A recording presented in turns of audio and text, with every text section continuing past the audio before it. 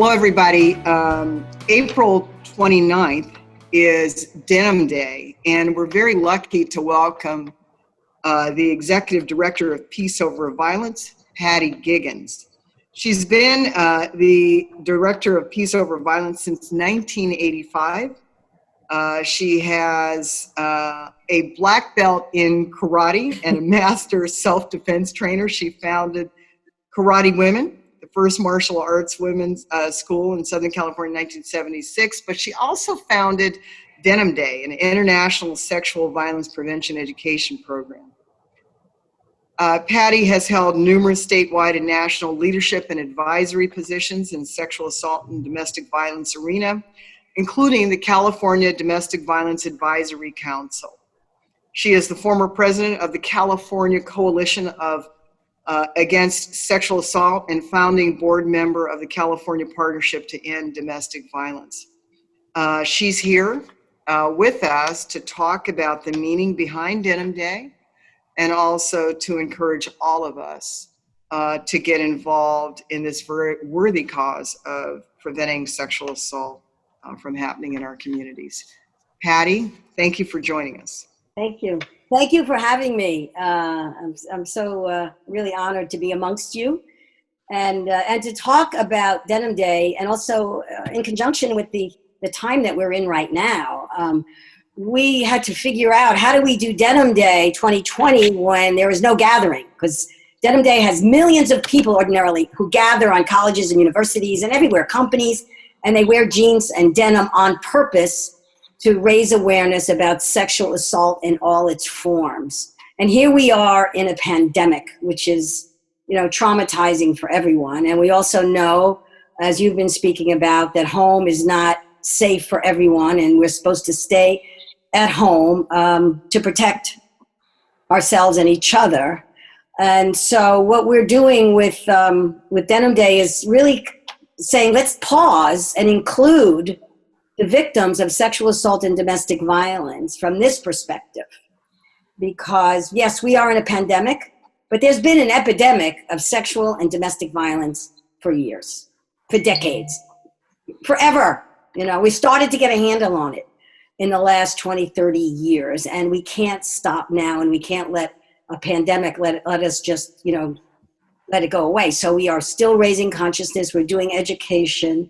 We're going virtual, like everyone is. I have an amazing Denim Day team that's been developing all kinds of platforms and virtual gatherings. So Denim Day, April 29th. This is our 21st year. Patti, can you tell our viewers how Denim Day came about? Not Denim Day, but what's behind it that created Denim Day? Yeah, there is a great story behind the creation of Denim Day, and it was a kind of almost serendipity moment. But there was an Italian court case whereby a man was convicted of raping a 17-year-old, and he was actually in prison. And they appealed, and the Supreme Court in Rome, this is an Italian case, decided to overturn the lower court's decision, saying that, and here it comes, she was wearing tight jeans, therefore it could not have been rape. She had to help him get her jeans off because they were tight, therefore it was consent, and he goes free. Well, the Italian parliamentarian, the women went nuts in Rome, and they staged a protest wearing jeans. And in Sacramento, our leaders in Sacramento were on the steps of the Capitol back then, and they wore jeans. And I saw that.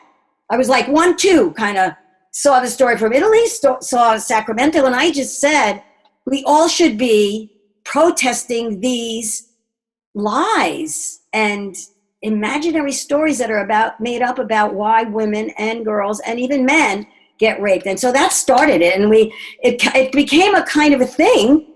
But it's been a way to attack a very serious problem by engaging people from the clothing aspect, which is one of the myths. It's what you wear. we've been going at it for over 20 years. And I think we, again, along with all the other efforts, the other campaigns, I think we're starting to change people's minds about these intransigent, harmful attitudes about rape, sexual violence, sexual harassment.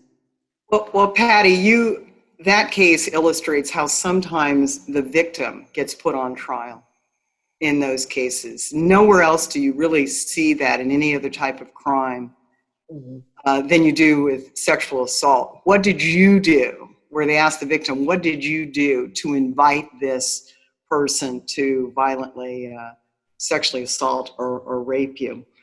So I know, because I've talked to you before we got on here, that there are a lot of things going on right now virtually that people who are listening to this might be able to get involved, and things you've already done already, because really Denim Day should be Denim Week, because things don't just happen on the 29th, they happen the whole week. So tell us about some of the more interesting things that have taken place to commemorate this, and tell us about your T-shirt so we can get one, but also what's happening on Denim Day actually to make sure that even though we can't gather on the steps of Sacramento, right, where can we gather virtually to make this important statement? Yeah, I want to send everyone to our website, denimdayinfo.org. It has all the list of all of the different activities that are going on this week, that have gone on all month. And you can get T-shirts, and we don't really treat it as one day. This is a year-long thing, but we focus. It's a way for us to really hyper focus, and we feel that jeans have become our social justice garb, really. We all wear jeans, and it's a very pedestrian garment, but it also could be high fashion. So we say, make a fashion statement with your social justice statement by standing in solidarity with rape survivors and child abuse survivors. And now we're saying, wear your masks. We're going to be wearing masks for months. And here's my denim mask. So, I saw it earlier that people. There goes Jeff Rosen. I know. Where's my mask? So having visible ways of, acknowledging. But the theme for Denim Day is solidarity. And there's so many ways that we can be in solidarity, just like we are trying to be in COVID-19. We're trying to be in solidarity, respect the distance, respect the orders. We're staying at home. We're wearing masks. We're washing our hands till they're raw. We're doing everything we can do to comply to the public health message, right? That's in solidarity. Well, we want to make sure that we include domestic violence victims, rape victims, child abuse victims, victims of elder abuse, from all different communities in this idea of solidarity, which means let's not judge, let's not blame, let's really take in what they're going through, let's listen, let's support the organizations that are supporting rape survivors and domestic violence survivors. And it's just so important that we do not let up on these messages, because we have hundreds of years of oppression around women in particular being victimized, among others. And it's just so important that we think of solidarity and include domestic violence and sexual assault victims in that idea and in that humanity of solidarity. Patti, I know you've probably dealt with a number of women who've delayed reporting this. And is there any particular message you want to send to them? I mean, I think your message of solidarity really resonates with us. Women who've been through this still feel shame. They're embarrassed. They feel like they'll be victimized all over again if they report it by, in the court system. Some have PTSD. It's not uncommon for sexual assault victims not to be able to even relate intimately with others that they should be relating with. They may not have heard of Denim Day, but is there any message that you'd want to give to those women who may be experiencing not only, like the rest of us, the coronavirus trauma, but also, the emergency, but also the trauma of sexual assault? Yes, as Jackie, as you know, and all of you know, we know so much more about trauma now. The neurobiology of trauma, the impact on the brain, the impact on the body. Trauma stays in the body. So now we understand why domestic violence and sexual assault victims sometimes get their story mixed up, or the story may change. And I know all of you have done trainings and are more open to understanding what really trauma does to a person. And that's what we have to keep educating about, and to let also victims know that we understand that you're not going to get everything right and precise. And yes, there's going to be backlash, but so many of us want to be there to support. We're trying to develop much better systems. We've been perfecting the systems. So I don't want people to, because they hear stories and because it's hard, I don't want them to not reach out. I like to talk sometimes about telling people that maybe this is the time. You've been brave before. This is the time to be brave. Pick up that phone. If you're not reporting to the police, report to an advocacy agency. Call the DV hotlines. Call the sexual abuse hotlines. We can help you report. And if you don't want to report, you can still have a choice to get healthy and to get support and not be trapped in that trauma and blame yourself for years and years. You can go from victim to survivor to thriver to warrior. So true. That is an important point. We as prosecutors know it's up to the victim of sexual assault whether he or she wants to testify in court, but that doesn't mean that you can't get help. You should get help. It's not conditioned. We also want to let people know that you don't have to be a citizen of this country in order to get the services any of us are providing. We don't ask those kinds of questions. You just come forward. We'll be there to meet you at the door, meet you halfway, whatever. What we care about is that if you are victimized and you need help, we're there to make sure you get that kind of help. And just because the court system is closed, we can still get protective orders. There's so much that we can do. The earlier you report it, the better. We can't stress that enough from a prosecutor's point of view, because then we'd be able to get digital evidence to help. But even if you haven't reported, don't worry about a statute of limitations. We're open, police are open to taking those reports, and we have taken reports from cases that have happened a long time ago. But Patti, I want to thank you, because often as prosecutors, we're so busy focused sometimes in on the court case, and we care about the victim, but we don't really have the time or the expertise necessarily to help them with life beyond the courtroom. Right? And groups like yours, you empower victims, you're there for them, you provide services. I know that you guys are fundraising and also, and are a nonprofit, and a very worthy nonprofit. But I want to thank you guys, because years ago, there wasn't really anything we could hand people off to. But Jackie, do you know that we're the first sexual assault, domestic violence agency in the country? Right here in LA. I did not know that. We're dual. I'm not surprised. Yeah. Not surprised. And good old creative LA.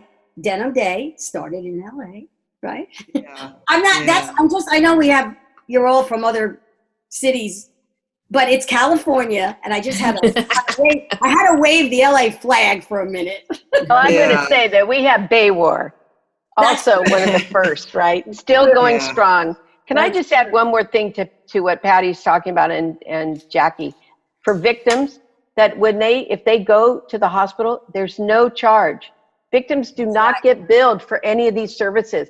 Some people are afraid to go get help because they think, I don't have the money to pay for it. And the state of California and the funds that the district attorney's office are able to navigate make it so victims do not get charged.